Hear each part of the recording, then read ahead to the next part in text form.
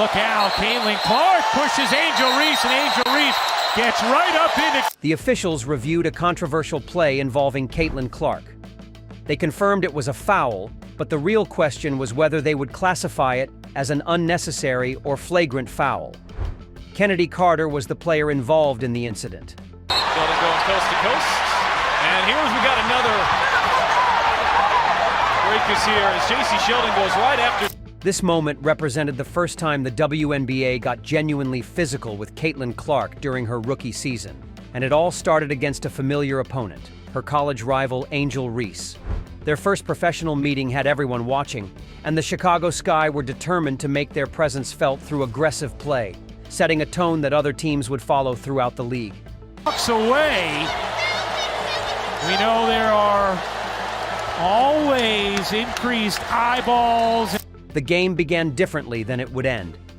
Clark started strong right from the opening tip, and she wasn't just scoring, she was orchestrating the offense brilliantly. She threw a perfect full-court pass to her teammate Wallace, who finished strong at the rim while drawing a foul.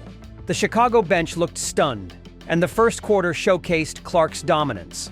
The broadcast team discussed how both young stars were making their mark and living out their professional dreams. But after Chicago built a small lead early on, the mood on their sideline shifted. Not everyone seemed as confident anymore. So Clark, being Clark, decided to raise her level of play even higher in the second quarter. The Sky's defense was struggling to contain her penetration. She drove past her defender and threw a beautiful pass to Katie Lou Samuelson for an easy basket. For the Indiana Fever, this was just another game on the schedule. But for Chicago, it clearly meant something more personal. As things started going against them, frustration became visible. Kennedy Carter, Chicago's point guard, had no defensive answers for Clark. She couldn't stay in front of her or stop her offensive flow. On one possession, Clark drove through the lane and made a reverse layup while the shot clock was expiring. On offense, Carter became careless with the ball. Chicago's guard Mabry grabbed a rebound and tried to push the pace but couldn't secure the ball properly, and Chicago turned it over. The frustration kept building as Indiana took control again in the second quarter. Clark found her teammate Mitchell, who hit a long two-pointer. Chicago was watching the game slip away, but when the third quarter started, their approach changed noticeably. The Sky came out with a new defensive strategy, immediately sending two defenders at Clark and showing they weren't afraid to play physically and make contact with her body. However, Clark kept playing her game intelligently. On one play, she made a smart entry pass to her teammate Wallace, who finished beautifully at the rim. But when Clark decided to attack the basket herself, Chicago's Dana Evans was waiting, ready to contest physically.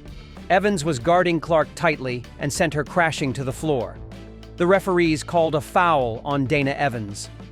On the very next possession, Chicago's physical play continued. This time it was their center Cardoso who made hard contact. Chicago had been struggling offensively, missing their first 8 shot attempts. Clark drove to the basket and Cardoso hit her hard, sending Clark down in visible pain. Caitlin Clark went to the floor and appeared hurt. This collision forced Clark to take a brief timeout on the bench. Meanwhile, Cardoso continued playing recklessly, taking wild shots that clanged off the backboard and fouling aggressively on defense. This wouldn't break the Fever's spirit, though.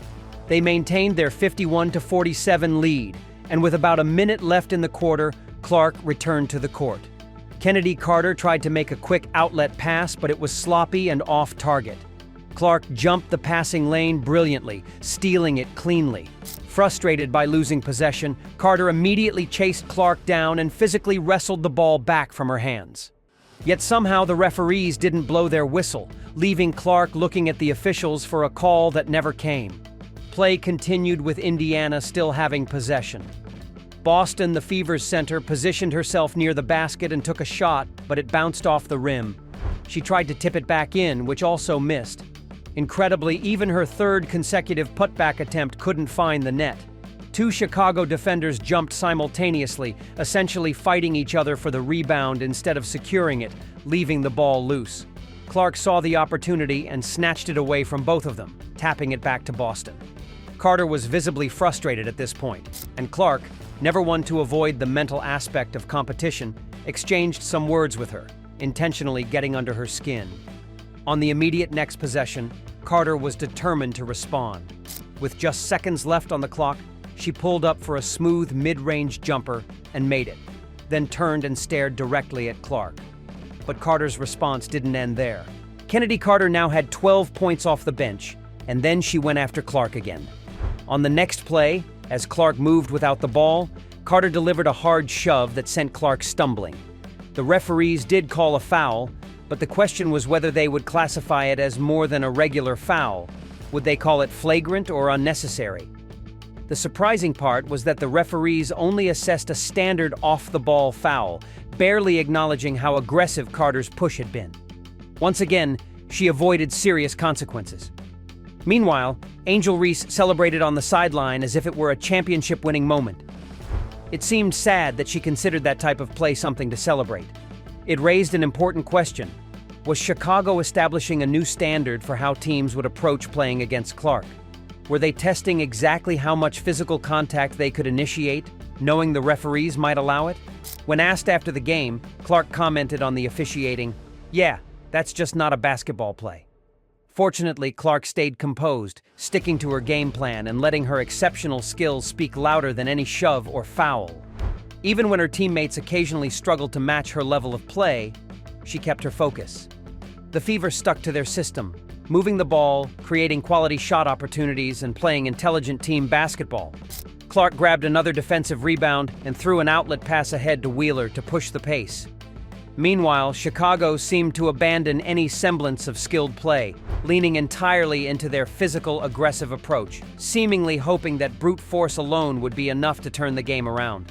Sometimes they even got away with the rough play without fouls being called.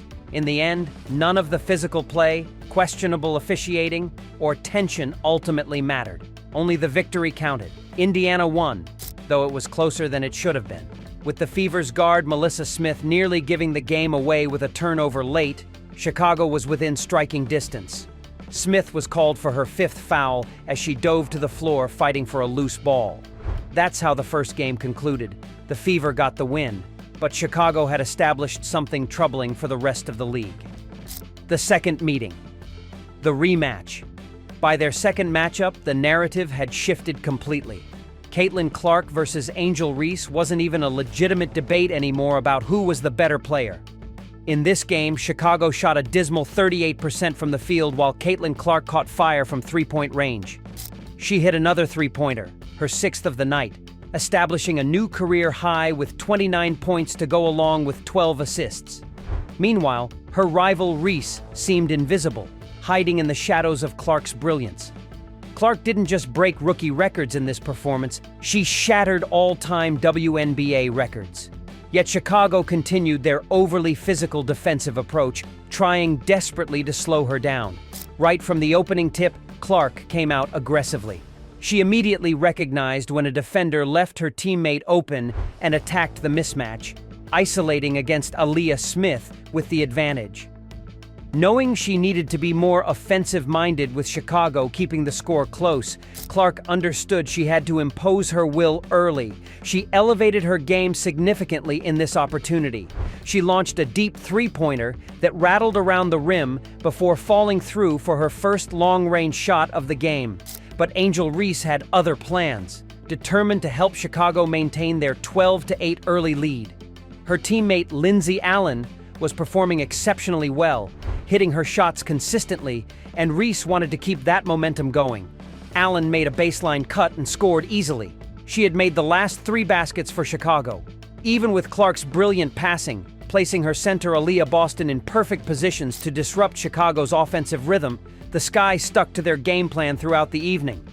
Clark ran a passing clinic, finding Boston through a double team despite significant body contact, and Angel Reese responded by helping push the Chicago lead into double digits.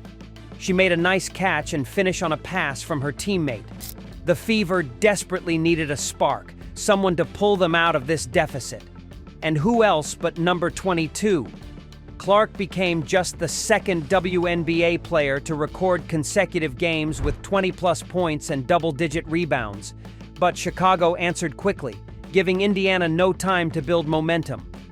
With the score 24-11 in Chicago's favor, Clark knew the Fever had to respond immediately and decisively. To neutralize Angel Reese's impact, the Fever made an intelligent substitution, inserting their defensive specialist, Temi Fagbenle. The transformation was instantaneous. When Chicago tried to pass to Reese on the baseline, Fagbenle deflected it away, and the Fever pushed the ball in transition. Caitlin Clark won the scramble for the loose ball and secured possession. This defensive adjustment helped them close the deficit to 26-23, fighting their way back into the game. With the first quarter clock winding down, they found themselves with an excellent opportunity to tie the score. However, it became clear that Fagbenle's offensive skills didn't match her defensive prowess. Clark was being defended by Dana Evans with just 3 seconds on the quarter clock when she passed to Fagbenle, who missed the shot completely, not even hitting the rim. This wouldn't be the last time. Despite her defensive excellence, her offensive limitations would surface repeatedly throughout the game. She turned the ball over on the next possession as well. Still, the Fever had concluded the opening quarter on an impressive 12-2 run, fighting back from the deficit. Fortunately for Indiana, Angel Reese continued missing easy layups, giving Clark all the openings she needed to take control of the game. The local Chicago player tried to respond, but Clark was simply better. Even when Reese displayed some skilled moves, Fagbenle proved to be her defensive weakness. She couldn't score on her. This gave Clark the time and space needed to deliver shooting lessons on the other end. At the end of the first quarter, Clark was heating up significantly, showing perfect court vision and awareness. She also provided stellar defense with a huge blocked shot, becoming an absolute wall protecting the rim. And just like that, it became a close game again, with Caitlin Clark on fire. Her defensive intensity didn't stop there, as she continued distributing perfect assists to her teammates. Veteran guard Erica Wheeler was having her best three-point shooting season of her career, and Clark kept finding her for open looks. Wheeler was hitting 5 of 10 attempts from beyond the three-point arc. Speaking of long-range shooting, even during this hot streak, Wheeler would always be the sidekick to Clark's superstar performance. Chicago nearly let the shot clock expire on one possession, and Clark tried to steal the ball on the break but couldn't quite reach it. The Fever pushed their lead up to double digits at 43-33, with Caitlin Clark firmly in command of the game's tempo and flow. But Chicago was far from giving up. Reese showed her physical strength on one play, maintaining possession through contact and finding her teammate for a score. However, Clark paid it no attention, driving to the basket without even looking back to see if her shot went in, effectively silencing the Chicago home crowd. The Fever were trying to find ways to get their shooter Rachel Banham more involved, and Clark found her with a perfect pass. Banham scored and drew a foul for the three-point play opportunity. Collecting assists had become Clark's obsession in this game, like she was collecting rare items. She had accumulated 14 assists so far. At one point after a play, Clark explained to someone, "Right here, I was honestly confused whether I needed to dribble the ball back out after the defensive rebound, or if I could just go straight up for a layup. I was overthinking it a bit." She also mentioned, "It was extremely hot today, by the way, almost 100 degrees again." And unfortunately, her passing wasn't perfect every time. Clark attempted a difficult pass that was intercepted. With the second quarter nearing its end, Angel Reese decided to step up, taking a mid-range shot that made coaches cringe because it wasn't a high-percentage attempt. Reese's long two-pointer went in, but it was Caitlin Clark who would have the final say before halftime. On the last possession, there was a quick pass to Allen, who looked for Reese's positioning, but Wheeler was blocking the passing lane. The Fever pushed the ball ahead quickly in transition, and Caitlin Clark finished with an easy layup, ending the first half with Indiana leading 47-43. The third quarter started exactly how the second had finished, with Indiana's perimeter shooters taking over the game. Kelsey Mitchell was contributing significantly. Clark had recorded 15 assists and scored 15 points in the first half alone, and she was looking to add to those impressive totals. Chicago threw every defensive scheme they had at her to stop the offensive onslaught, but their desperate efforts only seemed to make things worse. On one possession, Clark came off a screen to create space for herself, then executed a step-back move and got fouled while attempting a three-pointer. Caitlin Clark, composed under the pressure of the moment, stepped up to the free throw line and made every single shot, extending the Fever's lead to 54-46. They were still in the third quarter with plenty of time remaining on the clock. The game was far from decided. Anything could still happen, and plenty did. But Caitlin Clark wasn't intimidated or backing down. She understood this was a crucial stretch of the game, and rather than trying to score everything herself, she trusted her teammates to finish the plays she created. When rookie guard Grace Smith checked into the game to try defending Caitlin Clark's movement, Clark responded with a smooth, one-foot running shot in the lane. With Chicago now making wide-open layups that they'd been missing earlier, there was nothing left for Caitlin Clark to worry about defensively. It was interesting to see the Fever players' excited reactions. Everyone except one Chicago player who absolutely refused to let the game slip away. Their aggressive defensive enforcer continued battling. With less than 2 minutes left in the third quarter, Caitlin Clark checked back into the game after a brief rest. With the constant threat of injury from Chicago's physical play looming, Clark made a strategic decision. Instead of directly attacking the basket herself and absorbing more contact, she chose to orchestrate the offense like a chess master positioning pieces. Unfortunately, not every teammate was in the right position. Fagbenle received a pass, but couldn't do anything productive with it. However, the teammates who were in position made Clark look like a brilliant strategist. Boston was extremely effective scoring in the paint tonight, though Chicago had worked hard to limit her touches. The Fever were shooting an impressive 93% on shots at the rim. It was obvious that Temi Fagbenle was a dominant force defensively. Her presence protecting the paint acted as an impenetrable wall against Chicago's offensive attempts. However, as the game progressed, it became increasingly clear that Fagbenle was limited offensively, essentially a one-dimensional player. She kept getting the ball passed back to her, but couldn't convert. Fagbenle missed another shot. Meanwhile, Boston grabbed another offensive rebound after a Fagbenle miss, but even that second-chance opportunity was blocked by Chicago's center Cardoso. Fortunately for the Fever, their lead was essentially secured at 87-71 heading into the fourth quarter, and most of their offensive players didn't need much help at this point. One player was left open in the corner, and she scored the previous 6 consecutive points for Indiana. With a comfortable lead like that, Caitlin could have easily sat out the rest of the game, but she wasn't about to watch from the bench. She remained hungry for more production and maintained her intensity. Chicago was still shooting a poor 38% from the field, while Caitlin Clark hit another three-pointer, her 6th of the night.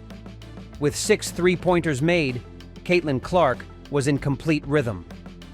The game had slowed down mentally for her, and with the Fever comfortably ahead, she decided to entertain a bit, showing off some creative ball handling like a Harlem Globetrotter would. She kept her head up, scanning the defense, and attempted a flashy behind-the-back pass. It resulted in a turnover, but it showed her confidence. However, when Chicago's aggressive defensive specialist checked back into the game, that entertainment was immediately shut down. Clark, who had 29 points at that moment, drove to the basket and got tripped up with hard contact. That would have been sufficient production for one night, but she finished with 31 points and 12 assists. This marked her 5th game of the season, recording at least 20 points and 10 assists, setting a new WNBA record for most such games in a single season. The third meeting. Escalating tensions. This was probably one of the most intense confrontations Caitlin Clark faced all season.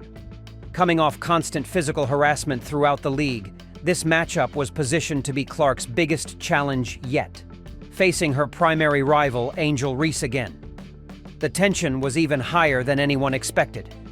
3 Chicago defenders immediately converged on Clark whenever she touched the ball. She started the game hot, blowing right past Marina Mabrey and driving straight to the basket, scoring the first points. Immediately after, the Chicago defense made an adjustment, switching Kennedy Carter onto her, a familiar opponent, but not in a good way. This was the same player who had been overly physical with her in previous games. The Indiana Fever had struggled early in the season, opening with only 11 wins in their first 20 games. Carter immediately committed a foul to start the game, and on the next possession, she applied intense defensive pressure again.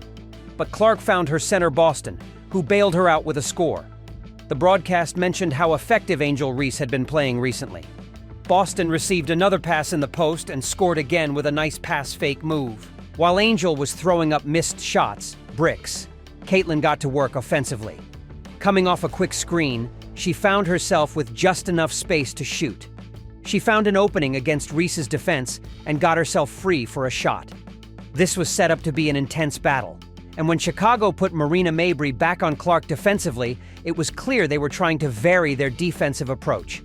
But that proved to be a mistake quickly recognized. It was a mismatch every single time, regardless of who they assigned to guard her. On the defensive end, Clark wasn't lacking either. She displayed quick hands and forced a turnover with a clean steal. Caitlin controlled the ball properly without fouling, but Chicago wasn't playing with that same level of discipline. As soon as the Sky realized they couldn't match her skill level, they reverted to physical play and hard contact. It was obvious they were becoming frustrated, and rather than playing smart basketball, they were trying to slow Caitlin down through any physical means available. The aggressive plays started accumulating and taking their toll, but Caitlin wasn't intimidated. She intelligently adjusted by avoiding unnecessary contact and used her exceptional court vision to find open teammates instead. She made a perfect post-entry pass. Caitlin read defensive rotations like she was reading a book, making all the correct plays, and even using her teammates' positioning as a form of protection from defenders. She found space and scored with a reverse layup at the 5:51 mark of the first quarter. You could see how she maintained her composure under pressure. She was a constant offensive threat that Chicago couldn't contain, and at times they had their entire team focused on guarding her. But no matter how many defenders they threw at her, Clark still found ways to succeed. The second half followed the same pattern. In transition, Clark was the engine driving everything, always leading the fast break and pushing the tempo. Her teammates followed her lead. But when she attacked the rim, guess which Chicago player came in with unnecessarily hard contact again? The next time down the court, Clark was 2 steps ahead mentally. She drove hard toward the basket, causing multiple defenders to collapse on her. But instead of finishing at the rim through contact, she pulled back and hit them with a step-back three-pointer. Even in transition with equal numbers of defenders waiting, Clark still found ways to score. It didn't matter if the defense was set and ready. She thrived in chaotic situations. She enabled her teammates to run the floor effectively, with multiple players touching the ball and contributing. When Chicago crowded the lane trying to block her path to the basket, Clark didn't hesitate. She weaved through the defense skillfully and found a way to finish at the rim anyway. But when Clark tried to drive through the defense yet again, this time Angel Reese, clearly frustrated by being outplayed, wasn't going to allow it. 3 Chicago defenders converged on Clark as the officials watched closely. Reese let her emotions take control and went full force into Caitlin, delivering a hard, completely unnecessary foul that left the crowd buzzing in shock. The tension between the 2 players had been building throughout the entire game, and this moment was a clear indication of how much Clark was getting under Reese's skin mentally. And immediately after that incident, it was clear Reese still didn't understand the message about controlling her emotions. On the very next play, she went after Clark again with another hard foul. After those back-to-back unnecessary fouls, Chicago had no choice but to remove Reese from the game. It felt like a relief for Clark. She had been the primary target of all that aggression and physical play. But rather than celebrating or talking trash, Clark stayed locked in, using this moment to reset mentally and refocus on winning. When the fourth quarter began, Angel Reese was back on the floor, seemingly ready to restart her physical approach. Fortunately for the Fever, Clark elevated her intensity precisely when her team needed it most. Immediately turning defense into offense, Clark wasted no time throwing a perfect assist to Aaliyah Boston, who finished powerfully at the rim. It was a momentum-shifting sequence, with Clark not just dominating offensively, but also impacting the game defensively. Her blocked shot sent a message to Chicago, and the assist to Boston kept Indiana's offensive rhythm flowing smoothly. This was exactly the energy they needed to handle Angel Reese's renewed aggression, and Caitlin was leading the charge, determined not to let the game slip away. Clark helped build a substantial lead, and with her persistent excellence, it was clear that momentum wasn't shifting. She remained in complete control, orchestrating the offense and maintaining relentless pressure on Chicago's defense. With just 30 seconds remaining in the game, Caitlin delivered the final decisive blow. A laser-accurate pass that threaded perfectly through the defense, finding her teammate wide open to seal the victory. Caitlin Clark finished the game with an impressive stat line: 23 points, 8 rebounds, and 9 assists, yet another masterful performance capping off their season series. The new season, Year 2, begins. The second year of both players' careers kicked off, and the WNBA wasted no time giving fans another installment of this compelling matchup. Caitlin Clark versus Angel Reese, a rivalry that always draws massive crowds, and this opener didn't disappoint. Clark hit a three-pointer early, but then there was a confrontation. Caitlin Clark made contact pushing Angel Reese during a play, and Reese immediately got right up in Clark's face afterward. Despite the chippy start, this game would showcase Clark achieving a triple-double, breaking multiple records, and displaying a skill gap between the two players that was starting to look enormous. Caitlin Clark didn't just show up to play, she made a definitive statement about who was the superior player. From the opening tip, Clark wasn't backing down from any contact. She welcomed the physical play and earned trips to the free throw line. She worked through defensive contact, drove to the basket, and drew a whistle. After calmly making both free throws, it was Angel Reese on the other end trying to respond. The broadcast mentioned how much pace and tempo Caitlin Clark excelled at creating, the same style that made her dominant the previous season. Angel Reese drove to the basket and finished through a contested shot, then engaged in some trash talking. But her brief moment of glory was quickly shut down. The commentators discussed how they wanted to see more from Clark catching the ball around the 15-foot mid-range area. Then Clark connected on her first logo three-pointer of the new season, a deep shot from near the half-court logo. Angel launched a three-pointer in response, but it was soft and short. Clark answered with her own three-point attempt that was also just short of the mark. Reese responded by attacking the rim on the next possession, but got stuffed. Her shot was blocked emphatically by Aaliyah Boston. Then Clark pushed the fast break herself, but her layup rolled off the rim and didn't fall. Time to adjust the approach. Clark did so by becoming a playmaker, delivering perfect assists to her teammates. The broadcast team noted this passing ability. Clark's teammate Howard received the ball and drew a foul off a beautiful assist from Clark. But it was becoming increasingly clear that her Fever teammates weren't fully prepared yet for the precision and velocity of Clark's passes. They were almost too perfect. On one possession fighting for an offensive rebound, Howard came away with the ball and passed back to Clark. Clark beat her defender, but Boston couldn't finish the play at the rim. Lexi Hull grabbed the offensive rebound. After the play, Hull said to someone, "I know you all love seeing that." Another time, Clark threw an incredible pass to Hull.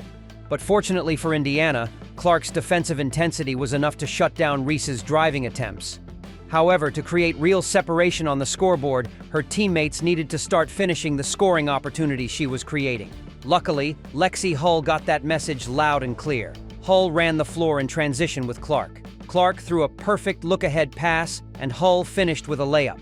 But with Reese starting to knock down three-point shots, Clark knew she had to elevate her game even further.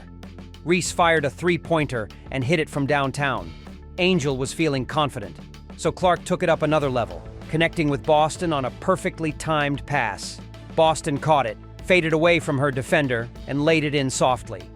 That's the two-player chemistry between them. But Reese wasn't accepting this dominance quietly. She blatantly shoved Boston in the face during the next play, trying to disrupt their chemistry and rhythm. Still, that didn't stop Clark from keeping the offense flowing beautifully. Her passing ability and shooting range made her a threat from so many different spots on the floor. Clark hit a mid-range jumper. Boston passed it back to her. Clark found Boston again, and her jumper was good. The chemistry and connection between Caitlin and Boston was truly unmatched. It was like they could read each other's minds. It even seemed like it gave Clark extra confidence, like she had wings. The broadcast noted that Reese was actually a very good passer herself.